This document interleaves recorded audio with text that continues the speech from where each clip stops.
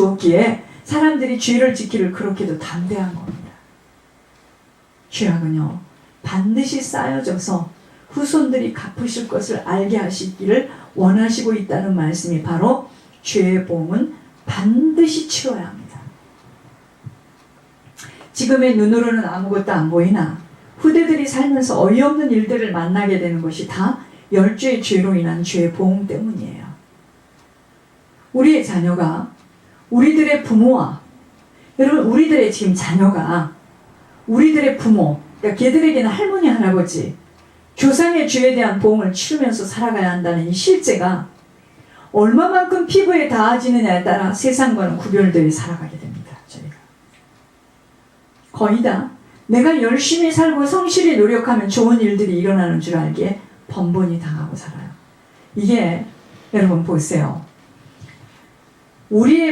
그러니까 애들의 할아버지 할머니죠. 우리의 부모 속에 있던 그 죄를, 우리 부모가 지었던 그 죄에 반드시 사단이 개입되어 있는데 이것이요, 이 사단이 우리 후손들, 그들의 후손들, 우리의 자녀들 속에 혀를 타고 내려가서 똑같이 그 아버지, 어머니 속에서 놀던 그 귀신이 똑같이 자녀들에게 내려가서 그 자녀가 똑같은 일을 당한다는 말이에요.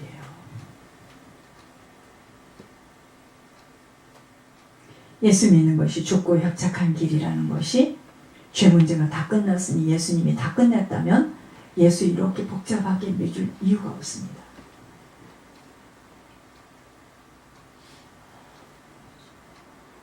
회개하라. 천국이 가까웠다는 말씀이 내 개인에게는 죄에 대한 보응이 있기에 돌이키라는 것이고요. 포괄적인 면에서는 주님을 통하여 하나님께 나아가기를 원하시고 있으세요. 여러분, 죄에 대해서 이 교회에서 밝히 말해주지 않으면 당합니다. 저희들은. 왜 아기 예수가 태어났을 때 동방 박사들이 황금과 유황과 몰약을 가지고 경배하였다는 것일까요? 사단이가 도구로 사용하는 황금과 유황과 몰약을 주님에게 내어놓는 만큼 쇠사슬에서 풀려난다는 거 아셔야 됩니다. 조상의 열죄의 죄를 통하여 악령들이 붙들고 있는 죄악을 통하여 역사하는 후대들에게 나타나는 사단의 손길을 무엇으로 막아낼 수 있다라고 생각하십니까? 금식이요? 회개입니다. 이제까지 사단이가 손짓하는 대로 따라 살아왔던 죄를 회개하는 것입니다. 회개에는 반드시 예물이 입증하게 되는 것이기에 끊임없이 사단의 도구를 주님에게 내어놓아질 때 사단은 합법적인 절차에 의해서 철수되어진다는 걸 기억하셔야 합니다. 사단에게 붙들려 있는 자신이 보여지면서 그의 계략의 속임수에서 빠져나오는 것만큼 하나님과 합한 자로 살아가게 되는 거예요. 내가 새벽 예배를 열심히 다녔고 내가 성가대를 했고 성경을 1년에 20번을 읽었기 때문에 하나님하고 합한 게 아니에요. 반드시 뿌린 대로 열매 맺는 인생이기에 무엇을 뿌려도 후대들이 그 열매를 맺게 되어 있기에 이제까지 잘못 살아온 죄, 내 마음대로 산 죄, 세상과 합하여 음란하게 산 죄, 회개할 일밖에 없어요. 누가 그렇게 안 살아는 사람이 누가 있겠습니까? 예물들을 무섭게 올린 자들에게 나타나는 첫 번째 현상은 수술이 들어가게 되었습니다. 이번에도 그 가정을 보니까 예물 드리다가 이렇게 지금 하나님 손을 대시는 거예요. 손을 안 대면 어떡해? 신문 날 일 생길 뻔했습니다. 받을 축복의 그릇들을 준비해 가시는 것이에요. 무서운 간섭을 해나가심을 보게 하셨습니다. 더러운 그릇에는요, 담아갈 수 없기에 거룩한 자를 먼저 옷 입어야 하는 개혁을 일으키심을 보았습니다. 우리는 어떤 그릇으로 준비됐던 우리가 이렇게 충성하고 헌신했기 때문에 주님이 무엇이든 담아주신다고 생각했지만 천만에요. 끊임없는 테스트와 벌르는 훈련의 시험이 있었는데 누가 그 시험을 잘 통과하느냐였습니다. 정말 타협하지 않고 끝까지 주님의 뜻을 이루겠다는 오직 한 가지의 일념만 갖고 나아갈 수 있는 자가 받을 그릇이 준비된 자입니다. 그런데 거의가 1차 시험에서부터 미끄러지기에 주님도 안타까워하시고 본인은 사단에게 한참을 끌려다니다 이를 만난 후에 조금, 그것도 아주 조금 눈을 뜰 수 있는 경각심을 주심을 보았지만, 여러분, 믿음은 모든 사람의 것이 아닙니다. 될 수가 없어요. 왠지 아세요? 영적인 예리함이 없이는 거의 다 분별하기가 어려워요. 우리가 말만 안 했을 뿐이지, 야, 이게 맞냐? 틀리냐? 내가 지금 바로 가고 있어? 저 사람 속에서 무슨 선한 것이 나온단 말이야? 그러니까 하나님이, 그래? 내가 하나님임을 보여주지 하고 연속 시리즈로 보여주고 계십니다. 정신이 하나도 없어요. 제가 막 연속 시리즈로 보여주세요.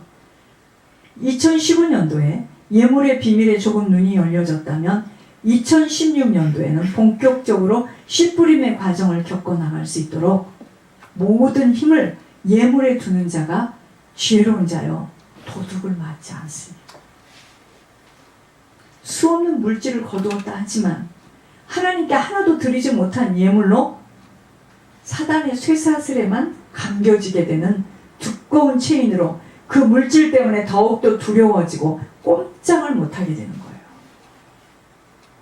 그 물질이 자신에게 더욱더 사단의 깊은 수렁으로 내어 던지게 되는 도구일 뿐 하나님 앞에는 더욱더 나아가기가 어렵게 되어져요. 우리에게 주신 시간은 너무나 중요하며 귀한 준비의 시간입니다.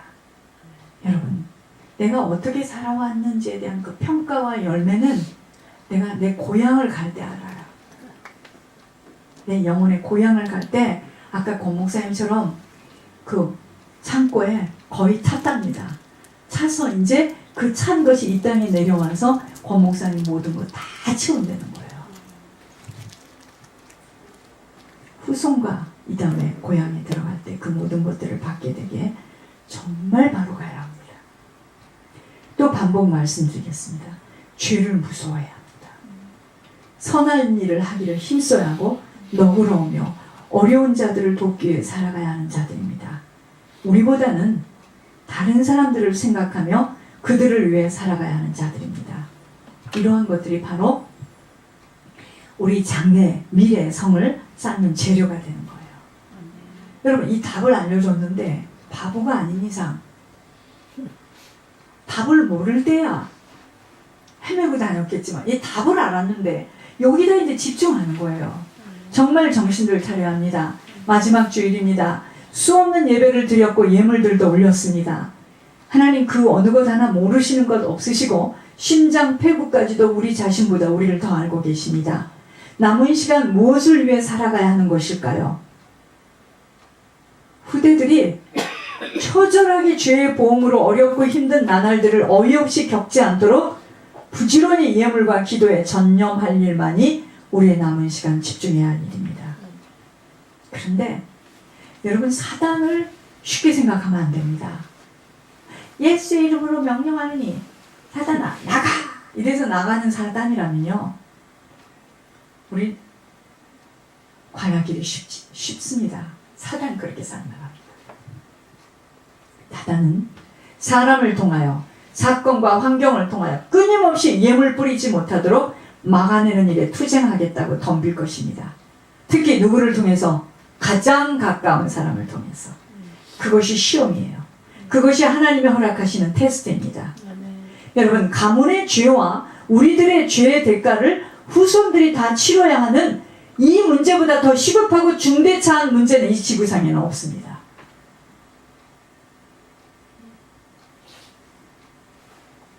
뭐가 중요합니까? 건강한 것? 대통령을 하고 있는 것? 뭐가 지금 중요합니까? 하나님이 하늘에서 권 목사님을 이야기하시는데 박근혜 대통령을 이야기하더라고요. 나이가 동갑이나 봐. 한 살이 더 박근혜 대통령이 많은가? 박근혜 대통령은 그렇게 불안하답니다. 제가 그 이야기를 들으면서요, 한 사람은 아주 어려운 가정에서, 여러분, 권 목사님 아버지는 지옥에서 목매달아 죽었기 때문에 말을 못한답니다. 그러니까 목매달아 죽은 사람도 봐. 그러니까 여러분 이게 악을 행하는 자는 사망의 부활로, 선을 행하는 자는 생명의 부활로 우리와 똑같은 모습으로 가요. 지옥 가고 천국 가는 겁니다. 여러분, 우리 대해서 어떠한 보험이라도 치르고 우리 후대들에게는 생명과 능력과 축복의 유산만을 남기고 갈 수 있도록 제발 눈이 열려야 합니다. 남편들이 일어나야 할 이유가 여기 있는 것입니다.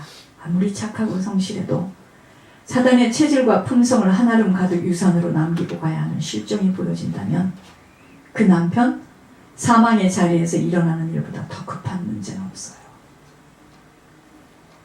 죽여 살려 쓰레기통에다 갖다 버려.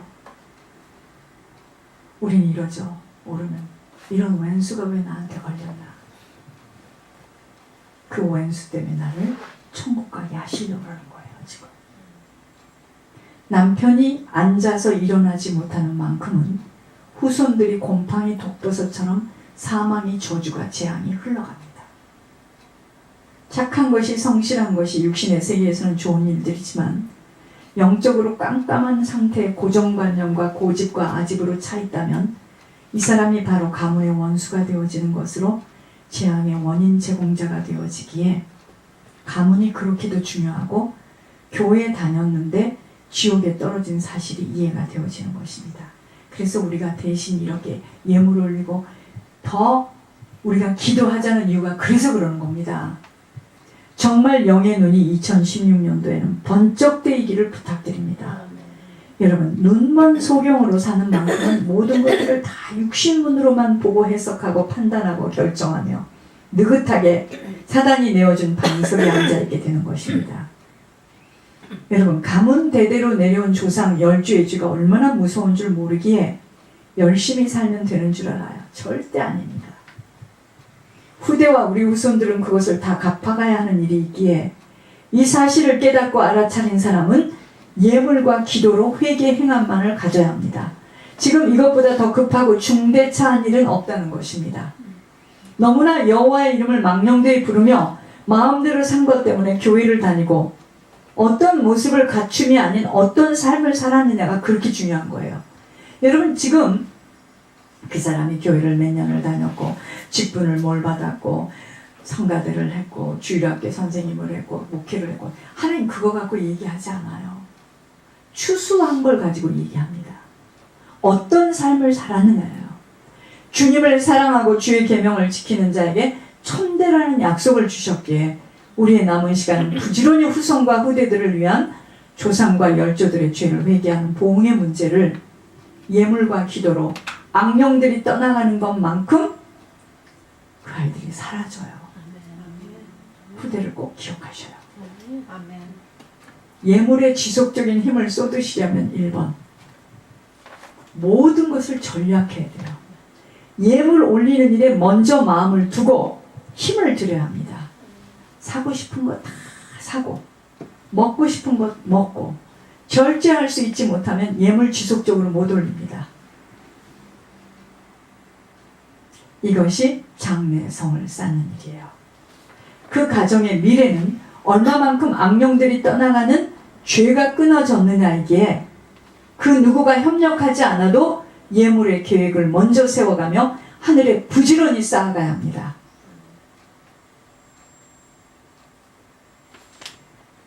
예물 드리기를 소원하는 자에게 지속할 수 있도록 주님이 끌고 가시기에 지속할 수 있는 영적 싸움을 먼저 개인이 치러나가야 합니다.